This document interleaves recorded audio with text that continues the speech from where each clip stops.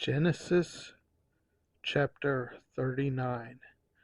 Now Joseph had been taken down to Egypt. Potiphar, an Egyptian who was one of Pharaoh's officials, the captain of the guard, bought him from the Ishmaelites who had taken him there. The Lord was with Joseph, so that he prospered, and he lived in the house of his Egyptian master. When his master saw that the Lord was with him, and that the Lord gave him success in everything he did, Joseph found favor in the eyes, and became his attendant. Potiphar put him in charge of his household, and he entrusted to his care everything he owned.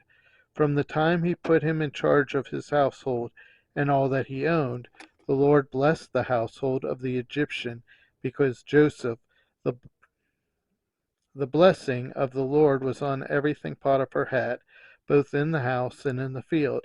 So Potiphar left everything he had in Joseph's care.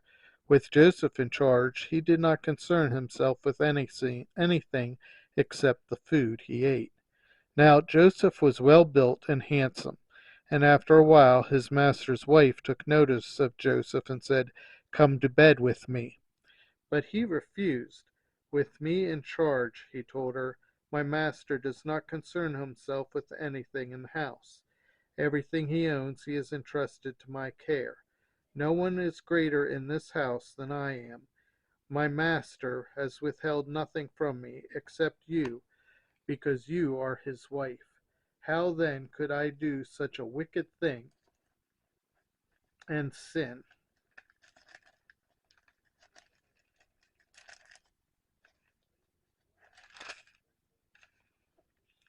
against God?" And though she spoke to Joseph day after day, he refused to go to bed with her, or even be with her. One day he went into the house to attend to his duties, and none of the household servants was inside. She caught him by his cloak and said, "Come to bed with me." But he left his cloak in her hand and ran out of the house. When she saw that he had left his cloak in her hand and had run out of the house, she called her household servants. "Look," she said to them, "this Hebrew has been brought to us to make sport of us. He came in here to sleep with me, but I screamed. When he heard me scream for help, he left his cloak beside me and ran out of the house." She kept his cloak beside her until his master came home. Then she told him this story. "That Hebrew slave you brought us came to me to make sport of me, but as soon as I screamed for help, he left his cloak beside me and ran out of the house." When his master heard this story, his wife told him, saying, "This is how your slave treated me." He burned with anger. Joseph's master took him and put him in prison, the place where the king's prisoners were confirmed.